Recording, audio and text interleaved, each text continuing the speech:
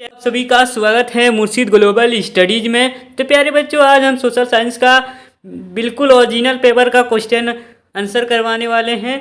और आंसर की आप लोग सभी मिलान कर लीजिएगा। जो आप अभी अभी आंसर की परीक्षा देके आए हैं उन सबका मिलान कर लीजिएगा। तो चलिए शुरू करते हैं। फर्स्ट नंबर में क्या लिखा गया है? फर्स्ट नंबर में लिखा गया है फ्रांस में पहली क्रांति 1789 में शुरू हुई थी, जिससे फ्रांसीसी क्रांति के नाम से जाना जाता है। इस क्रांति में फ्रांस में क्या बदलाव हुआ?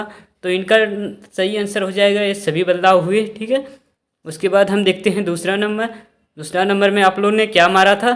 चलिए देखते हैं। कार्बोनारी में गुप्त संगठन के उस सदस्य का नाम निम्न में से क्या था जिसने इटली के एकीकरण में अपनी महत्वपूर्ण भूमिका निभाई थी? तो इनका सही आंसर हो जाएगा बी नंबर, ज्यूसेफ मेजनी। ठीक है, तीसरा नंबर देखते हैं। तीसरा नंबर में क्या है? तीसरा नंबर में 1914 में राष्ट्रवाद निम्न में से किससे जुड़ कर यूरोप को महाविपता की ओर ले गया? तो इनका सही आंसर हो जाएगा सी नंबर समाजवाद। ठीक है, अब चौथा नंबर देखते हैं। चौथा नंबर में क्या था? चौथा नंबर में है बंकिम चंद्र चट्टोपाध्याय 1770 के दशक में मातृभूमि की तुष्टि के रूप में वंदे मातरम गीत लिखा था। बाद में उन्होंने निम्न में से अपने किस उपन्यास में शामिल कर लिया? तो इनका सही उत्तर हो जाएगा 4 नंबर। ठीक है, विश्व वृक्ष। ठीक, उसके बाद छठा नंबर देखते हैं। छठा नंबर में क्या लिखा गया है? छठा नंबर में लिखा गया है प्रथम विश्व युद्ध से पहले पूर्वी यूरोप विश्व बाजार में किस फसल की आपूर्ति करने वाला एक बड़ा केंद्र था? तो इनका सही उत्तर हो जाएगा ए नंबर, गेहूँ। ठीक है, अब देखते हैं सातवां नंबर में क्या है? सातवां नंबर में 1949 की क्रांति के बाद निम्न में से कौन सा देश विश्व अर्थव्यवस्था में अलग थलग हो गया था? तो इनका सही आंसर हो जाएगा 7 नंबर का बी। ठीक है, चीन। और आठवां नंबर में क्या लिखा गया? आठवां नंबर में गिल्ड्स मध्यकालीन यूरोप में शिल्पकारों और व्यापारियों के संगठन थे। ये निम्न में से क्या काम करते थे? इनका सही आंसर हो जाएगा 8 नंबर का। तो 8 नंबर का डी हो जाएगा। ठीक है, डी मान लीजिएगा इनमें से सभी।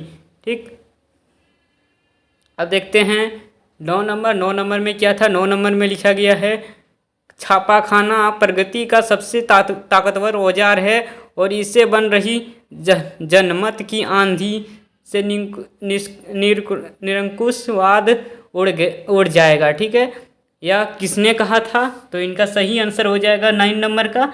9 नंबर का हो जाएगा बी। ठीक है, लुइस मैसेंजर। आप 10 नंबर में देखेंगे। 10 नंबर में क्या है? अंतर्राष्ट्रीय स्तर पर अधिक व्यवस्थित तरीके से पहली बार संसाधन संरक्षण की वकालत 1968 में निम्न में से किसके द्वारा की गई थी? तो इनका सही आंसर हो जाएगा 10 नंबर का सही आंसर हो जाएगा सी। ठीक है, सी जो टिक किए होंगे उनका सही हो जाएगा। अब देखेंगे 11 नंबर में लिखा गया है पर्वत पूरे भू क्षेत्र के 30% भाग पर विस्तृत है। वे निम्न में से किन कारणों से महत्वपूर्ण माने जाते हैं? तो इनका सही आंसर हो जाएगा प्यारे बच्चों 11 नंबर का हो जाएगा डी। ठीक है, डी जो भी टिक किए होंगे उनका सही आंसर हुआ होगा। ठीक, अब देखेंगे 12 नंबर में क्या है? 12 नंबर में वे प्रजातियां जो गंभीर खतरों का सामना कर रही है, जिनके लुप्त होने का खतरा और विषम परिस्थितियों के कारण इनकी संख्या कम हुई है, तो वे किस प्रकार की जातियां कहलाती हैं? तो इनका सही आंसर हो जाएगा बी नंबर। ठीक है, संग्रस्त जातियां। 13 नंबर देखेंगे। 13 नंबर में कार्बेट राष्ट्रीय उद्यान, जो कि भारत का पहला राष्ट्रीय उद्यान है रूप में जाना जाता है, वह भारत के किस राज्य में उपस्थित है? तो इनका सही आंसर हो जाएगा 13 नंबर का डी। ठीक है, उत्तराखंड में स्थित है। अब 14 नंबर देखेंगे। 14 नंबर में क्या है? पश्चिमी राजस्थान में उन नहर को किस नाम से जाना जाता है जो 12मासी पेयजल उपलब्ध कराने व वर्षा जल संचयन कर निर्भरता कम करने का काम करती है? तो इनको क्या कहते हैं? 14 नंबर का सही आंसर हो जाएगा आपका बी। ठीक है, इंदिरा गांधी नहर। अब 15 नंबर देखते हैं। 15 नंबर में क्या है? 15 नंबर में लिखा गया, भारत की बढ़ती आबादी के साथ घटता खाद्यान्न उत्पादन देश के भविष्य के साथ निम्न में से कौन एक बड़ा प्रश्न चिन्ह लगता है? तो इनका सही आंसर हो जाएगा 15 नंबर का। 15 नंबर का आपका हो जाएगा सी, ठीक है, खाद्य सुरक्षा। अब देखेंगे 16 नंबर। 16 नंबर में क्या है? 16 नंबर में देखेंगे, 16 नंबर में है, भारत के बालाघाट जिले में स्थित खदानें देश का लगभग 52% तांबा का उत्पादन करती है। बालाघाट भारत के किस राज्य में स्थित है? तो बालाघाट किस राज्य में स्थित है? सभी कमेंट करेंगे। 16 नंबर का हो जाएगा ए नंबर, मध्य प्रदेश में, ठीक है। अब 17 नंबर देखेंगे। 17 नंबर में क्या है? 17 नंबर में औद्योगिक स्थान निम्न में से किसकी उपलब्धता से प्रभावित होते हैं औद्योगिक अनुसार? तो 17 नंबर का हो जाएगा आपका डी नंबर, इनमें से सभी। 18 नंबर देखेंगे। 18 नंबर में क्या है? 18 नंबर में लिखा गया है, न्यायपालिका की नियुक्ति कार्यपालिका करती हैं, परंतु अगर न्यायपालिका की कार्यपालिका और विधायिका द्वारा बनाए कानूनों पर अंकुश रखती है, इस व्यवस्था को निम्न में से किस प्रकार की व्यवस्था कहा जाता है? तो इनका सही आंसर देखेंगे हम लोग उत्तर। इनका सही उत्तर हो जाएगा आपका 17 था ना, 18 था। 18 का सही आंसर हो जाएगा आपका 18 का बी हो जाएगा, ठीक है, नियंत्रण और संतुलन। 19 का देखेंगे। 19 का क्या है? 19 में लिखा गया है, सामाजिक टकराव आगे बढ़कर अक्सर हिंसा और राजनीतिक अस्थिरता का रूप ले लेता है, इसलिए सत्ता में हिस्सा दे देना निम्न में से किसके स्थायित्व के लिए अच्छा माना जाता है? तो इनका सही आंसर हो जाएगा 19 नंबर का। 19 नंबर का हो जाएगा सी, ठीक है, सी। जो टिक के लिए किए होंगे उनका सही आंसर हो जाएगा, ठीक।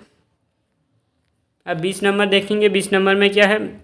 20 नंबर में संघीय शासन व्यवस्था का प्रमुख उद्देश्य निम्न में से क्या है? संघीय शासन का, ठीक है। इनका 20 नंबर का हो जाएगा आपका डी, 20 नंबर का डी हो जाएगा, इनमें से सभी, ठीक है। और उसके बाद हम देखेंगे 21 नंबर। 21 नंबर में क्या है?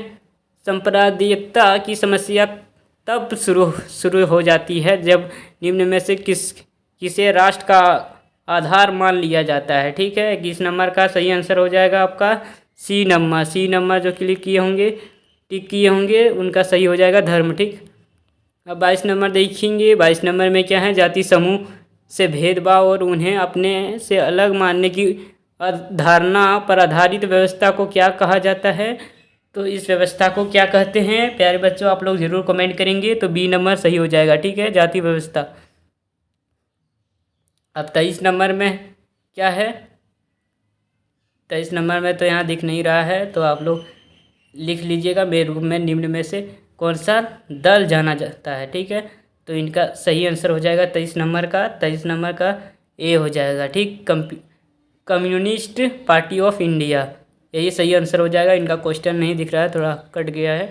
तो चलिए 23 नंबर तो आप लोग पढ़ लिए होंगे, ठीक। लोकतंत्र में से इस बात की पक्की प्रतिभूति होती है कि कुछ फैसले कायदे कानून के अनुसार होंगे, और अगर कोई नागरिक यह जानना चाहे कि फसल लेने में नियमों का पालन हुआ है या नहीं, तो इसका पता कर सकता है। इस प्रक्रिया को क्या कहते हैं?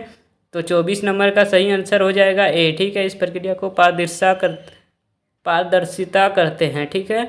25 नंबर में क्या है? 25 नंबर में किसी भी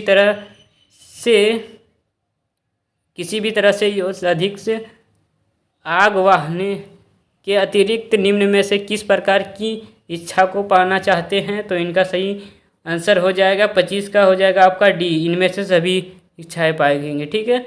26 का देखते हैं। 26 में क्या है? 26 में लिखा गया है, भारत में सकल घरेलू उत्पाद मापन जैसा कठिन कार्य एवं निर्धारण निम्न में से कौन करता है? तो इनका निर्धारण कौन करता है? सभी कमेंट करेंगे। तो 26 का आंसर हो जाएगा आपका बी नंबर, ठीक है। बी नंबर जो भी टिक किए होंगे उनका सही आंसर हो जाएगा। 27 नंबर देखते हैं। 27 नंबर में क्या है? वस्तुओं के उत्पादन के बजाय सेवाएं प्रदान करने वाले क्षेत्र को क्या कहते हैं? सेवाएं प्रदान करने वाले क्षेत्र को क्या कहते हैं? 27 नंबर में क्या है? 27 का हो जाएगा बी, औद्योगिक क्षेत्र। ठीक। 28 नंबर देखेंगे, कर्जदारों के लिए गए ब्याज एवं प्रतिभूतियों को दिए गए ब्याज के बीच में अंतर बैंकों के लिए क्या क्या कहे जाते हैं। तो इनका सही आंसर हो जाएगा 28 का सही आंसर हो जाएगा आपका सी।